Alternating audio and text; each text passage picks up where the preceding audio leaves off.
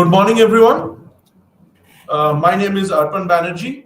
I am a doctoral fellow at the Department of East Asian Studies, University of Delhi, and academic counselor here at IGNU. And I have been teaching you the paper Social Policies and Administration. And the code of this paper is BPAE 144.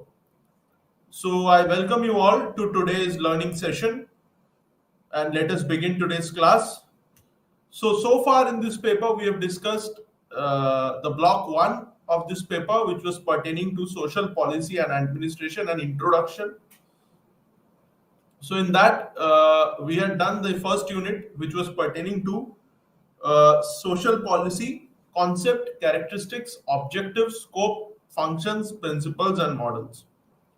And the second unit of this paper was pertaining to social policy and administration. The second block, which we had started in the last class, it is pertaining to social policies and sustainable development goals in the public sector. And as part of that, we had discussed the third unit of this paper in the previous class, which is pertaining to poverty alleviation, which also is the Sustainable Development Goal 1, that is, end poverty in all its forms everywhere. So we had discussed the different measures that have been taken in India to alleviate poverty, and the different indicators and the different guidelines and the different frameworks which have been used, not only to eliminate poverty, but also to estimate poverty as well. So those things we had discussed in the last class. So in today's class, we shall be discussing the fourth unit of this paper, which is pertaining to food security. So food security, it is related to Sustainable Development Goal 2. Since this unit of ours is pertaining to social policies and sustainable development goals in the social sector, the fourth unit is basically related to Sustainable Development Goal 2. So these sustainable development goals, they were adopted in the Paris Climate Summit in 2015, and they became effective from there on. So the target is to fulfill them by 2030.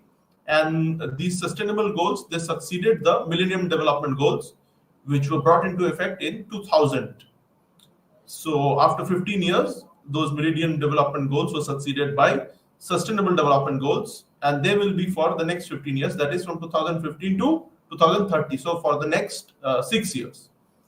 So this fourth unit that we are going to do, which is food security, it is pertaining to Sustainable Development Goal 2, that is, end hunger in all its forms everywhere, achieve food security and improve nutrition, and promote sustainable agriculture. So that is the second Sustainable Development Goal, and our fourth unit is relating to that.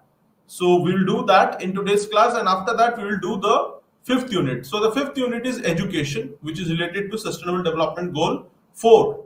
That is, ensure inclusive and equitable quality education and promote lifelong learning opportunities for all. So these two units we shall be doing today, which are pertaining to Sustainable Development Goal 2 and Sustainable Development Goal 4. So without any delay, let us begin today's class by discussing the fourth unit, that is food security. So we all know that the right to food and its variation, it is a human right, protecting the right of the people to feed themselves in dignity, implying that sufficient food is available, that people have the means to access food, and that it adequately meets the individual's dietary needs as well. So the right to food, it protects the right of all human beings to be free from hunger, food insecurity, and malnutrition. So the right to food, it does not imply that governments have an obligation to hand out free food to everyone who wants it, or a right to be fed. However, if people are deprived of access to food for reasons beyond their control, for example, because they are in detention in times of war or after natural disasters, the right requires the government to provide food directly. So this right to food is derived from the International Covenant on Economic, Social and Cultural Rights. So this International Covenant on Economic, Social and Cultural Rights, or the ICESCR, it has 170 states which are party to it as of April 2020. So this right to food is derived from this International Covenant on Economic, Social and Cultural Rights. And also in our Constitution, Article 47, which is a part of the directive principles of state policy, it says that it is the duty of the state to improve the condition of healthcare and to raise the standard of nutrition of the citizens, and also to ban toxic substances except for medicinal purposes.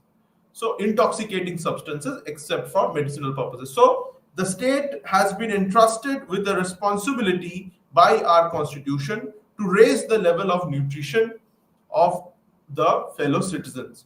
And also Article 48 of the constitution, it further entrusts the state with another responsibility. It says that the state has to organize agricultural animal husbandry on modern and scientific lines. So that is also very much related to food security, because food production is very much relating to our country, in our country, to agriculture. Across the world, food production is related to agriculture. So Article 48, it entrusts the state with the responsibility of organizing agriculture and animal husbandry on modern and scientific lines. And Article 47, it says that the state has a responsibility to raise the levels of nutrition of its fellow citizens. And also Article 41, it entrusts the state with another responsibility. It says that it is the responsibility of the state to look after people who are because of certain deprivation or because of certain disease, certain handicap, are not able to feed themselves or are not able to sustain themselves. So right to sustenance is also guaranteed by Article 41, right? And Article 39 also talks about it. We have the right to food.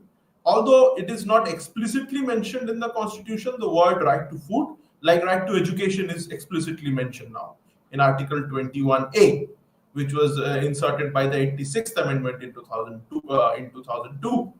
The right to education is now a fundamental right between the age of 6 and 14 years. But right to food is not yet a fundamental right, but the articles that I've just discussed, that is Article 41, Article 47 and Article 48, we get certain aspects which are related to right to food and which entrust the government or the state to ensure the food security of its fellow citizens.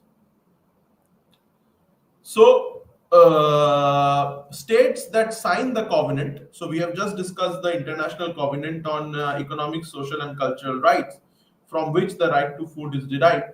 So states that sign this covenant, they agree to take steps to the maximum of their available resources to achieve progressively the full realization of the right to adequate food, both nationally as well as internationally. So the Food Corporation of India, it was established in 1965 for the purpose of procurement, storage and distribution of food grains. So after independence, we were not sustainable. We were not self-sufficient. We were not self-sufficient in the area of food security, in the area of food production. There were widespread famine-like conditions in many parts of India because, of course, partition and the 200 years of British colonial rule, it had wreaked havoc across the country, and it had the condition of the peasants was they were in extreme dire straits. It was extremely dire, the condition of the peasants across the country. It was not at all good.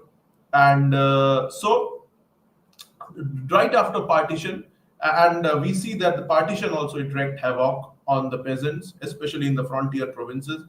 And we see that after independence, India in terms of food security was not self-sufficient in terms of food grains production as well. So there came a situation that to satisfy the food security, the food grain requirement of the population and to prevent and to stop conditions of famine from recurring, India had to import food grains from America, from United States of America. India had to import rice, such and wheat as well. So because India was not self-sufficient at that time, but now the situation is such that we have surplus food grains, millions of tons of surplus which are being stored in the Food Corporation of India storehouses. So much that we are now helping out those countries which are facing crisis of food security. Recently, we helped Afghanistan in fighting its food security crisis. So now we are exporting food grains. But there was a time when we had to import food grains for our own survival. But the Green Revolution, it changed the entire scenario. So the HYV seeds that were used, they yielded a lot of they yielded huge returns, and the food grain production, it reached an all-time high. Although there were drawbacks of that as well, which we are now feeling, which we are now realizing, the excessive use of fertilizers and also excessive irrigation, it led to the lowering of groundwater levels. So groundwater levels have reduced by 22 times from 1996 to 2016. So all these things are the side effects. But of course, food grain production, it increased massively in India as a result of the Green Revolution. And in the Green Revolution as well, we imported these HYV seeds, which were created by Norman Borlaug, who later on went on to win the Nobel Prize as well. So that helped us to increase our food production at the Green Revolution, and not only become self-sufficient in terms of food production and food security, but now we are also exporting food grains to countries which are in need. Especially recently we did that to Afghanistan. So the Food Corporation of India, which was established in 1965 for the purpose of procurement, storage and distribution of food grains, it has been playing a major role in the food security of India by ensuring that all the people of India, they are free from hunger and malnutrition. So the National Food Security Act of 2013, it converts into legal entitlements for existing food security programs of the Government of India, and it includes the midday meal scheme, the Integrated Child Development Services Scheme or ICDS, and the public distribution scheme. And it also includes issues of buffer stock and food security as well. They are comprehensively covered. And also the objectives, functioning, limitations and revamping of the public distribution system, that is also comprehensively covered by the National Food Security Act. And the One Nation, One Ration Card scheme that has been introduced recently by the government, that has further enhanced the food security of the citizens of the country. So in 2017-18, over rupees 1,500 billion, which is 7.6% of government's total expenditure, has been allocated to provide food subsidies under targeted public distribution system or TPDS. So in this unit today, that is unit 4, we will begin the discussion with the National Food Security Act of 2013.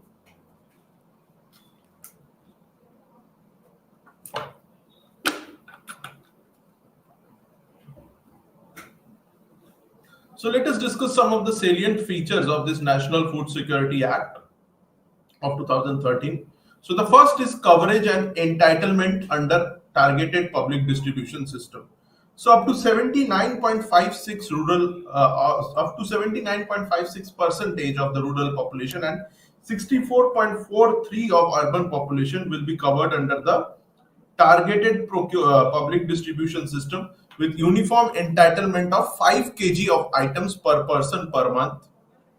However, since the Antyodaya Ann Yojana AAY households, they constitute the poorest of the poor, and they are presently entitled to 35 kg per household per month. Entitlement of existing Antyodaya Ann Yojana households will be protected at 35 kg per household per month. Also, another salient feature of the National Food Security Act of 2013 is state-wise coverage. So, corresponding to the all India coverage of 75% and 50% in the rural and urban areas, state-wise coverage will be determined by the central government. And another feature of the National Food Security Act of 2013 is subsidized prices under targeted public distribution system and their revision. So food grains under the TPDS, they will be made available at subsidized prices of rupees 3, rupees 2 and rupees 1 per kg for rice, wheat and coarse grains respectively for a period of 3 years from the date of commencement of the National Food Security Act. Thereafter, prices will be suitably linked to the minimum support price. Now, another salient feature is regarding identification of households. So, within the coverage under targeted public distribution system determined for each state, the work of identification of eligible households is to be done by the respective states and union territories. So, another salient feature of the National Food Security Act is pertaining to nutritional support to women and children. So, pregnant women and lactating mothers and children in the age group of 6 months to 14 years, they will be entitled to meals as prescribed in the nutritional norms under the Integrated Child Development Services or ICDS and midday meal schemes. So, higher nutritional norms, they have been prescribed for malnourished children up to 6 years of age. Another salient feature of the National Food Security Act, which is related to Article 42 of the Constitution of India, which is a part of directive principles of the state policy. So, Article 42, it talks about maternity relief, right? So, in line with Article 42, in this upholding the spirit of Article 42 of the Constitution of India, which is a part of directive principles of state policy, this according to the National Food Security Act of 2013, pregnant women and lactating mothers will also be entitled to receive maternity benefit of not less than rupees 6,000 per month. And another salient feature of the National Food Security Act of 2013 is pertaining to women empowerment. So, eldest women of the household who is of 18 years of age and above will be the head of the household for the purpose of issuing of ration cards. And another salient feature is of the National Food Security Act of 2013 is pertaining to the grievance redressal mechanism. Now, grievance redressal mechanism at the district and state levels, where states will have the flexibility to use the existing machinery or set up separate mechanisms. So, grievance redressal mechanism has also been ensured, has also been created at the state level. And another significant salient feature of the National Food Security Act of 2013 is pertaining to the cost of intra-state transportation and handling of food grains and fair price shop dealers margin. So, the central government will provide assistance to states in meeting the expenditure that is incurred by them on transportation of food grains within the state and in its handling of fair price shop dealers margin as well, as per norms to be devised for this purpose. So this act, it also upholds transparency and accountability. So provisions have been made for disclosure of records relating to public distribution system and having social audits and setting up of vigilance committees in order to ensure transparency and accountability. So the next salient feature of the National Food Security Act of 2013 is pertaining to food security allowance. So provision for food security allowance to entitled beneficiaries in case of non-supply of entitled food grains or meals has also been ensured under this National Food Security Act of 2013. And also there is a provision for penalty as well on public servants or authority, which is to be imposed by the State Food Commission in case of failure to comply with the relief to be provided. So it's a very comprehensive act, the National Food Security Act of 2013. Now, if we talk about food security, India, it ranks 74 out of 113 major countries in terms of the food security index.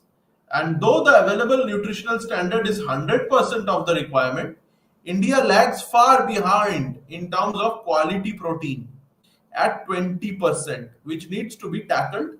But no provision is made up in the Act to subsidize the protein rich food products such as eggs, meat, fish, chicken, etc.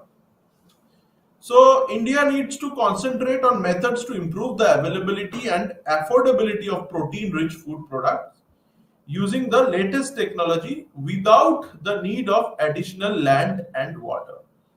So, biogas or natural gas or methane product produced from farm agro crop domestic waste can also be used.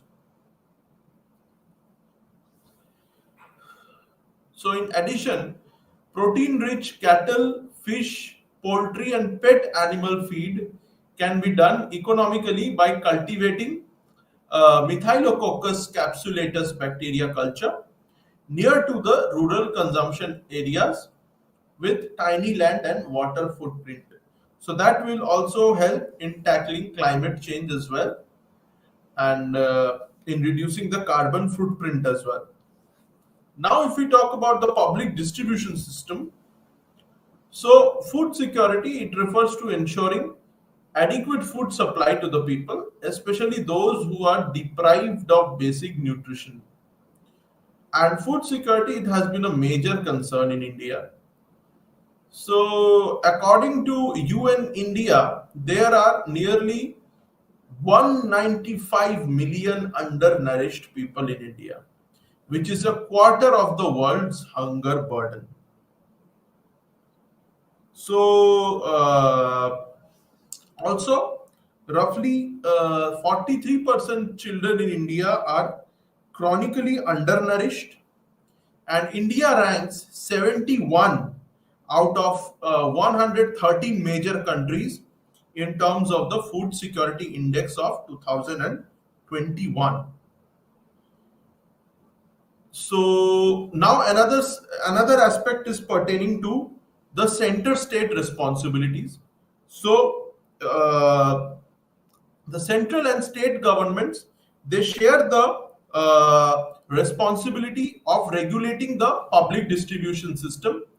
And while the central government is responsible for procurement and storage, transportation and bulk allocation of food grains, state governments, they hold the responsibility for distributing the food grains to the consumers through the established network of fair price shops or FPS. So we see that the center state relations, they also come into play here, and there needs to be a cooperative federalism which is very essential in order to ensure food security.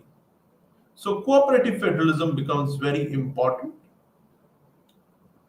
And state governments, they are also responsible for operational responsibilities, including allocation and identification of families below the poverty line. So that we have discussed in the last class, how the Tendulkar Committee's report is used for identifying families below the poverty line, and the state government is responsible for that, for all these operational responsibilities of allocation and identification of families below poverty line, and also regarding the issue of ration cards and supervision and monitoring of the functioning of the fair price shops.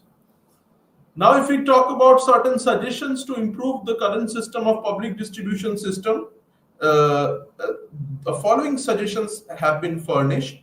The first is that vigilance squad should be strengthened to detect any form of corruption. The second is personnel in charge of the department should be chosen locally. The third suggestion is margin of profit should be increased for honest business. And the fourth suggestion is that Food Corporation of India and other prominent agencies, they should provide quality food grains for distribution. The fifth suggestion says that frequent checks and raids, they should be conducted to eliminate bogus and duplicate ration cards. And also the Civil Supplies Corporation, it should open more fair price shops in rural areas. And the fair price dealers, they seldom display rate chart and quantity available in the blackboards in front of the shop. This should be enforced. And some social activists, they have suggested that pulse is an important source of protein. So besides rice and wheat, pulses and lentils should also be included in the public distribution system. And also the very poor, they should not be alienated owing to financial problems. Financial inclusiveness should be enforced with no room for them to be removed from receiving their entitlements. And this is also a constitutionally entrusted responsibility as well.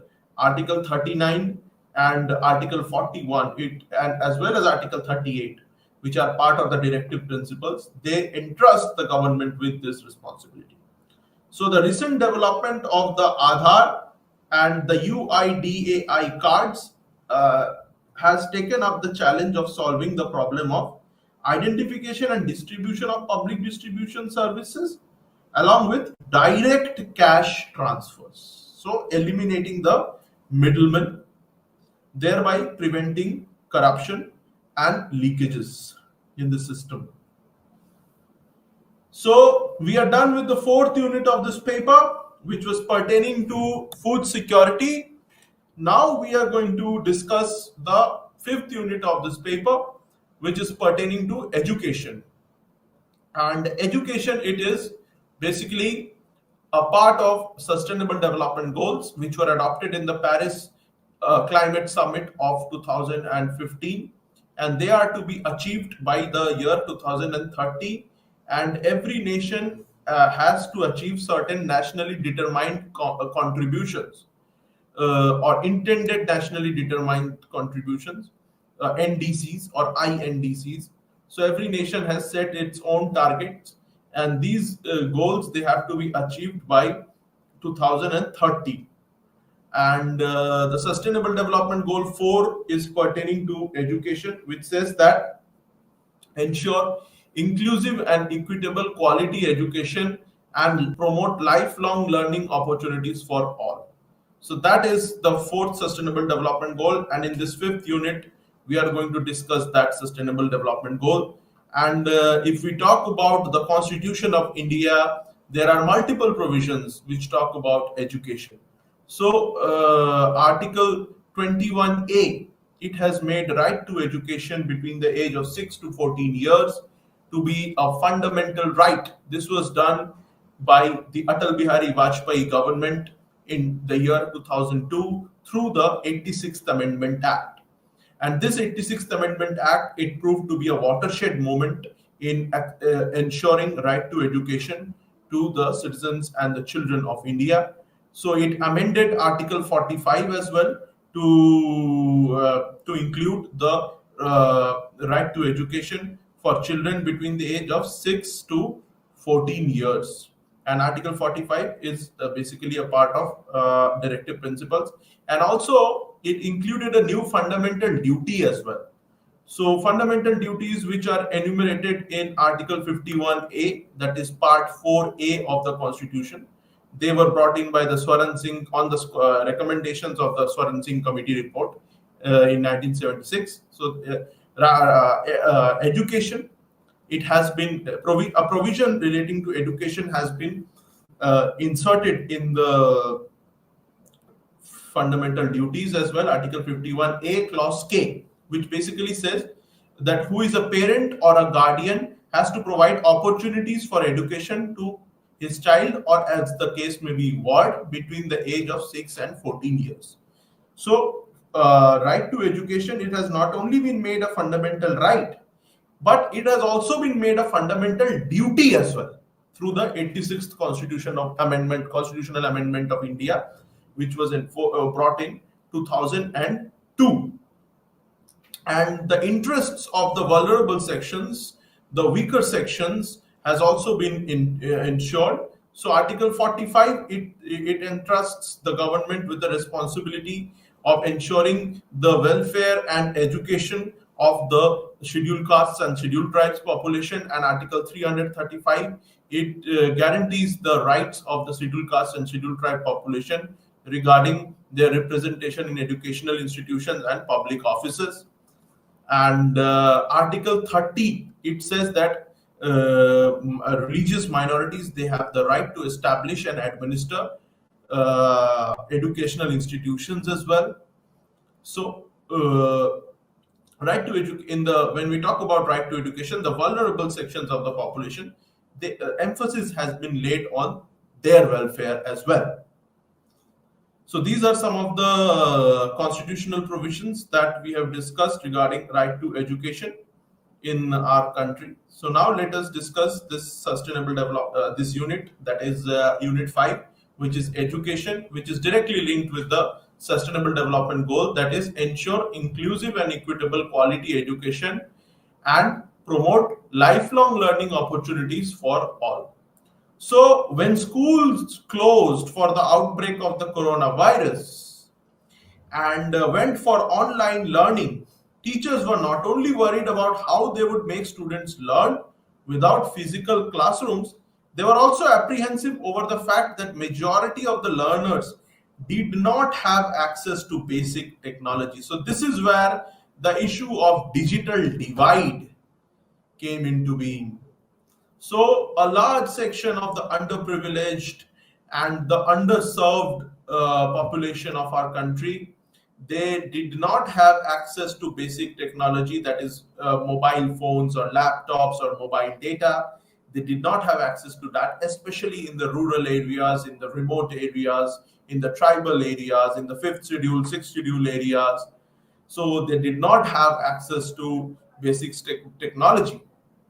So that is where the question of digital divide, it arose, and it became a major obstacle in India's education system. So and also in the fulfillment of the sustainable development goals by India. So that was a major obstacle. So the teaching community and policymakers, they perceived that the pandemic has not only widened, but it has deepened the gap between the poor and the rich. So it has basically increased inequalities. And as per a research study, a school teacher from Bihar reported that only 40 to 50% of the students have access to internet and laptops, and the rest do not have access to digital devices or internet. So in fact, the study found out that access to digital devices and reliable infrastructure, it continues to be the greatest challenge for students, especially from poor families. And apart from digital divide, which I've just discussed, children of migrated parents, child labor, preference to support the education of boy siblings of the girl child, etc., can be cited as reasons for disrupting learning. So the International Labour Organization as well, through its convention number 182, it has also, which is pertaining to worst forms of child labor, that they have also tried to curtail the spread of child labor and contain and eliminate child labor. And because that child labor has also proven to be a major obstacle in achieving the educational goals, which is there in the first Sustainable Development Goal 4, that is ensuring inclusive and equitable quality education and promoting lifelong learning opportunities for all. So child labor has also proven to be a major obstacle in India's achievement of its nationally determined contribution of the Sustainable Development Goals, which are to be fulfilled by 2030. And in our constitution, Article 24, it says that children should not be employed in factories. So in the past, the Millennium Development Goals on education, they had indicated that every child irrespective of gender, would receive primary education by 2050. And the Millennium Development Goal Agenda also called for action to expand and improve early childhood care and education, and also increase of attendance percentage and free and good quality education for the children. So, for the young and old adults, the thrust areas included lifelong learning, adult literacy, gender equality, and provision for learning opportunities. So herein sustainable development goal 5 also comes into being, which basically it says that ensure gender justice and empower all women and girls. So, to illustrate, Millennium Development Goals on education was able to witness a slight increase in literacy from 87% in 2000 to 89% in 2012 among 15 to 25-year-old learners. So, at a global level in 2018, as per the United Nations, nearly 258 million children and youth were still out of school. So here we see that the Sustainable Development Goal 5 also becomes very important, that is, achieve gender equality and empower all women and girls. So, gender equality has also been emphasized when we talk about promoting literacy. So, the new education goal, which is propagated by the United Nations Sustainable Development Goals, it made an attempt to reach out more comprehensively than the Millennium Development Goals, with an assertion that all girls and boys should get complete, free, equitable, and quality primary and secondary education. However, with the temporary closure of schools owing to the pandemic and children relying on caregivers at home, it has been stated that nearly 91% of poor children and youth, they were out of school, thus halting years of progress. So the United Nations Sustainable Development Report of 2021, it reports that the pandemic has wiped out 20 years of educational gains. And in this regard, the United Nations, it intends to intensify its work with governments across the globe to prioritize education both as a policy and practice, so as to provide free access to school education to all, including the vulnerable and the marginalized groups. So, in this unit, we shall discuss the goals and opportunities that are set by the Sustainable Development Goal 4, that is, ensure inclusive and equitable quality education and promote lifelong learning opportunities for all, in the context of Indian education policy and initiatives.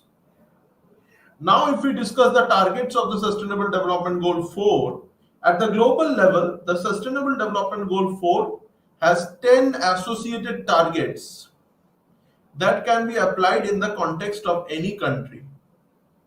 So, according to the United Nations, the last three targets, they depend on the means of implementation.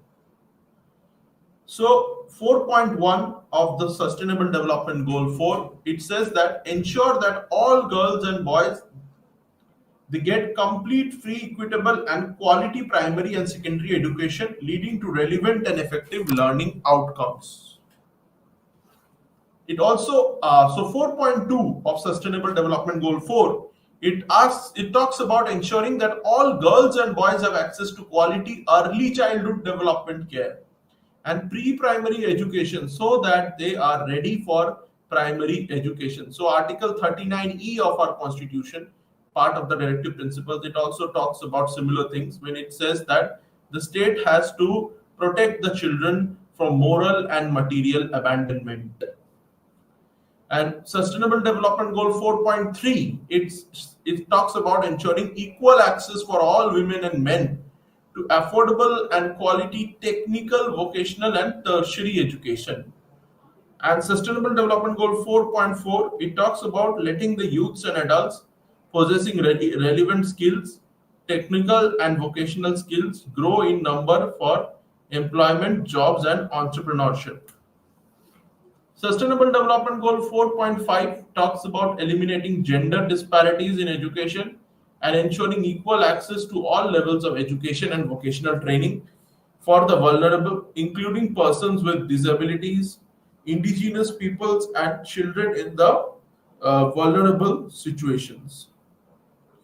An article and Sustainable Development Goal 4.6, it asks the states to ensure that all youth and a substantial proportion of adults, both men and women, they achieve literacy and numeracy.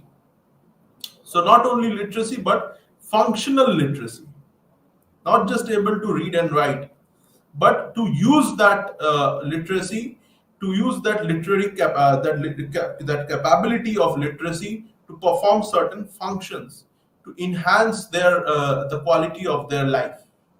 So Amartya Sen's capability approach, it comes into play here. And so and literacy, it also includes digital literacy and financial literacy as well. That is also very important aspect of literacy. And Sustainable Development Goal 4.7, it says that ensure that all learners acquire the knowledge and skills needed to promote sustainable development, including among others through education for sustainable development and sustainable lifestyles, human rights, gender equality, promotion of a culture of peace and non-violence, global citizenship, appreciation of cultural diversity, and of culture's contribution to sustainable development. So, if we talk about this Sustainable Development Goal 4.7 is also interlinked with Sustainable Development Goal 16, which talks about promoting peaceful and inclusive societies for sustainable development, providing access to justice for all, and also about building effective, inclusive, and accountable institutions at all levels. And so that is also interlinked with this Sustainable Development Goal 4.7. And if we talk about cultural diversity and appreciation of cultural diversity and conservation of cultural diversity, Article 29 of the Constitution of India, which is a part of the fundamental rights, it gives the rights to linguistic groups, to cultural groups, to protect their language, their culture, and their script. And the 8th schedule of our Constitution, it gives recognition to 22 languages as scheduled languages, and those languages are to be protected. And so cultural diversity and culture is also to be taken into account when we talk about sustainable development goals relating to education.